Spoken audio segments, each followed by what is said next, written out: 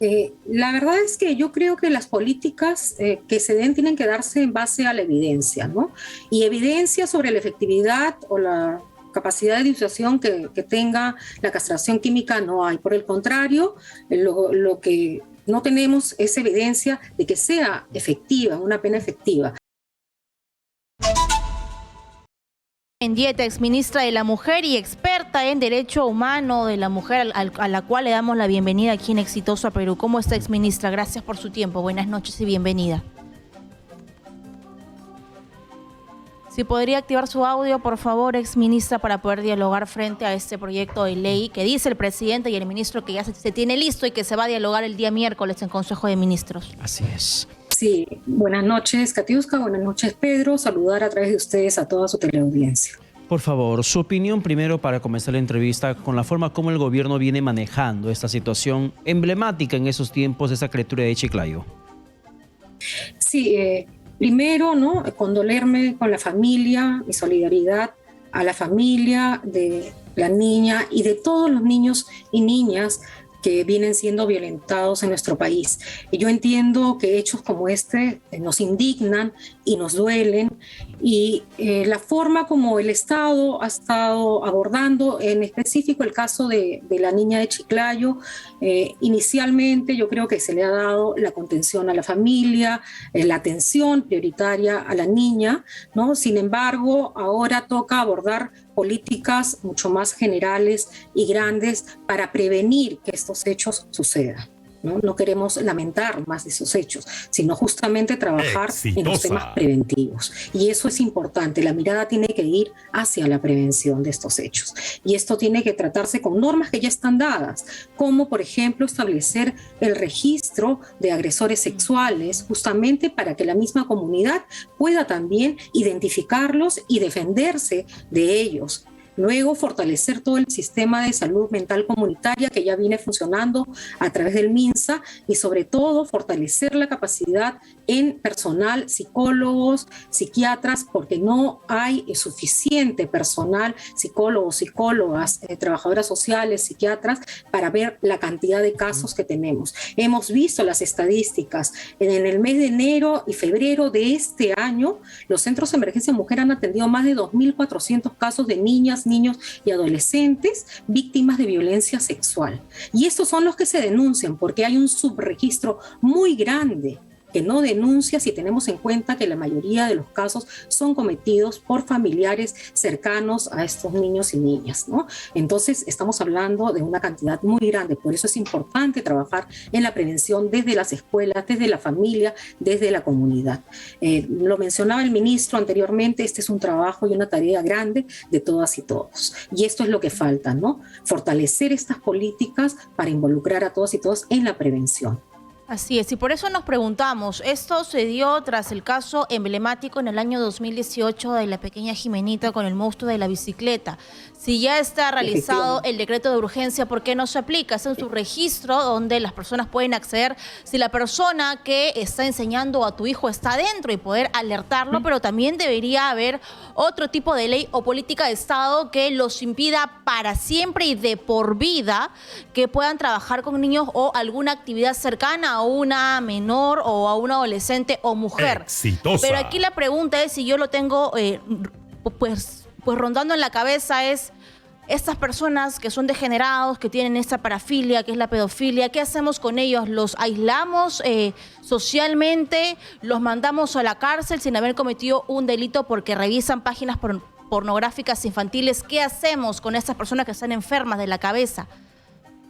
Bueno, primero, cuando se detecta el hecho, la mayoría de los casos que tienen que ver con violencia sexual infantil son delitos, ¿no? Incluso el hecho de mandar por internet, vía internet, estas imágenes de niñas y niños ya configura delito sancionado penalmente. Entonces deberían estar en cárcel. Eso es un hecho. Y en los casos más graves de violación sexual, la pena para violación de niñas, niños, adolescentes menores de 14 años es cadena perpetua. Entonces deberían estar purgando prisión perpetua.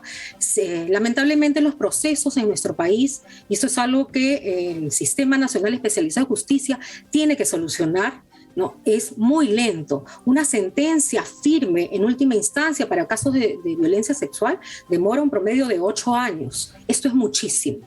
Muchísimo, porque en estos 8 años muchas cosas pueden pasar si tenemos en cuenta que la prisión preventiva dura 9 meses, extendibles a otros 9 meses más, pero luego tienen que salir por exceso de carcelería cuando no hay una sentencia firme, ¿no? Entonces, eso es lo primero que tendríamos que corregir. Pero y eso puede Mendieta, hacerse también a través de normas, pero ¿no? Para que estos procesos sean inmediatos, no esperar los 9 meses de la prisión preventiva para extenderlos a otros 9 meses, entonces tendría que ser inmediatos. Y la sentencia salir antes de los 9 meses, claro, ya firme, ¿no? Para que por lo menos en todo este tiempo que pueda durar las apelaciones esté en cárcel.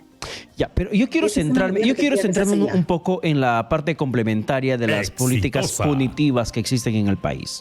2018, recordará usted que se endureció las penas en el tema de feminicidio, en el tema de agresión sexual sobre un menor con la consecuencia de muerte, viene la cadena perpetua.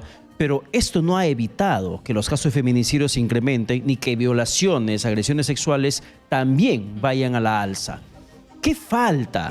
El gobierno hace bien en la insistencia, por ejemplo, en el tema de una castración química, perdonen que amplíe un poco esto, hace bien en la insistencia de la castración química como complemento ideal de esas penas punitivas realmente para que pueda persuadir a cualquier persona potencial violadora de actuar bajo esos bajos instintos. La verdad es que yo creo que las políticas que se den tienen que darse en base a la evidencia, ¿no? Y evidencia sobre la efectividad o la capacidad de disuasión que tenga la castración química no hay. Por el contrario, lo que no tenemos esa evidencia de que sea efectiva, una pena efectiva. Adicional a otros temas que hay, como son los costos, ver si efectivamente no se contrapone contra los tratados internacionales de derechos humanos y otras discusiones que tienen que darse en otros espacios, ¿no? Pero la efectividad, la evidencia que exista sobre este método para poder prevenir las violaciones no existe. No hay una evidencia de eficacia. Entonces, yo creo que eso es lo primero que se tendría que analizar. Pero además veamos lo que dice el artículo 170 del Código Penal. O sea, la violación puede ser cometida también con objetos o con otras partes del cuerpo que no sea necesariamente el órgano genital masculino. Entonces, no solamente con la castración evitaríamos la violación porque podría seguir cometiéndose violación. Entonces, hay que analizar bien, ¿no? El artículo, la normativa internacional, las experiencias internacionales, el costo-beneficio, ¿no? Yo creo, a mi parecer, no sería una pena efectiva. Así es.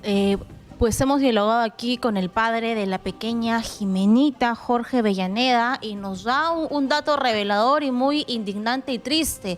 Él recibió ese acompañamiento psicológico por parte del Estado, del gobierno, del ministerio por 2-3 semanas, máximo un mes. Y luego pues le dijeron, anda a una posta de tu casa para que lo recibas por interconsulta. Y él nos dijo, bueno, eran 5 horas de espera y yo dejé de ir al tiempo. Entonces esta persona está vulnerable, es una persona que ha sufrido un trauma, no es simplemente algo que pasó, es algo que lo marca de por vida y que es una experiencia traumática. ¿Cuál es la responsabilidad ahí del gobierno? No solamente por la presión mediática de ahora con el caso de la pequeña Damaris, sino frente a todos los años, con todos los gobiernos, con todos los congresos. El Sistema Nacional de Atención y Protección para las niñas, niños afectados por violencia tiene que funcionar. Y esto incluye varios ministerios, ¿no? El Ministerio de la Mujer, el Ministerio de Salud, el Ministerio de Educación y también al Sistema de Justicia, el Ministerio Público, el Poder Judicial. El acompañamiento tiene que ser permanente por las diferentes instituciones. Inicialmente es el Ministerio de la Mujer a través de sus diversos servicios, llámese el Servicio de Protección Especial a Niñas y Niños, el Centro de Emergencia Mujer, pero ellos tienen una capacidad de accionar limitada establecida también en la norma. Y luego los procedimientos más largos pasan al sistema de salud, que es quien tiene que ocuparse de manera prolongada y permanente de estos casos. Entonces, sí hay una carencia en nuestro país de psicólogas y psicólogos, de psiquiatras, sobre todo en las zonas no urbanas o lejos de las grandes ciudades. No hay psicólogos y esta es una deficiencia que se tiene que superar, trabajando con las universidades para que puedan también hacer las prácticas los estudiantes de psicología, para abrir más vacantes o más universidades que vayan con estas carreras y profesiones, porque esa es una realidad, ¿no? Pero también poner mayor presupuesto para el tema de salud mental, porque en nuestro país hay poco presupuesto y lo sabemos, ¿no? Se ha ido incrementando, es cierto, pero muy lento y muy poco. Entonces se tiene que priorizar el tema de salud mental para que pueda haber este acompañamiento que bien usted menciona, tiene que ser permanente y a todas y todos los niños y niñas. No solamente cuando el caso salga en televisión. Cada niño, cada niña merece este acompañamiento, ellos y sus familias. Pero ¿cuál sería más eficiente? La recuperación, más allá de la sanción que esperan del sistema de justicia, ¿no? Es la atención a la víctima y a las familias de la víctima. ¿Y cuál sería más eficiente, señora Mendieta? ¿Invertir el dinero que podrías destinar para compra de insumos químicos en el tema de castración química o ese mismo presupuesto invertir para contratación de personal de psicología y para el sostenimiento, el acompañamiento emocional de las víctimas? Sí, yo creo que tenemos que centrarnos y priorizar la situación de las víctimas y de sus familias, ¿no? Yo creo que el personal que ahora es carente, sobre todo en las zonas más internas de nuestro país, es necesarísimo.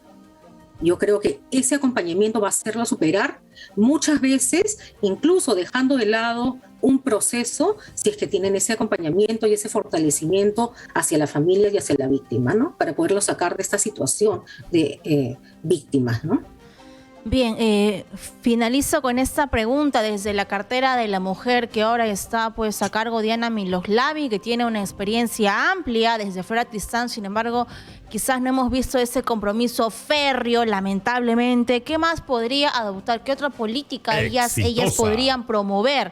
Recordemos que estamos en una pandemia y en la época de pandemia los centros de mujeres estuvieron cerrados, recién se han abierto con la reactivación económica. ¿Qué más puede hacer ella como ministra para buscar paliar estas cifras que tenemos todos los días que son alarmantes? Yo creo que algo importante que estamos olvidando es que se tiene que trabajar como sistema. El Ministerio de la Mujer y Poblaciones Vulnerables es el ente rector. No es el único responsable, pero sí es el rector. Y su obligación es articular con los niveles subnacionales, los gobiernos regionales que tienen a su cargo las direzas, tienen a su cargo también los centros educativos para poder trabajar una política justamente de prevención con las escuelas y una política de atención y acompañamiento con el Ministerio de Salud. Articular este sistema en el nivel nacional, en el nivel regional y en el nivel local. Eso es lo que le toca como ente rector. Bien, señora Ana María Mendieta, muchas gracias por la comunicación alcanzada.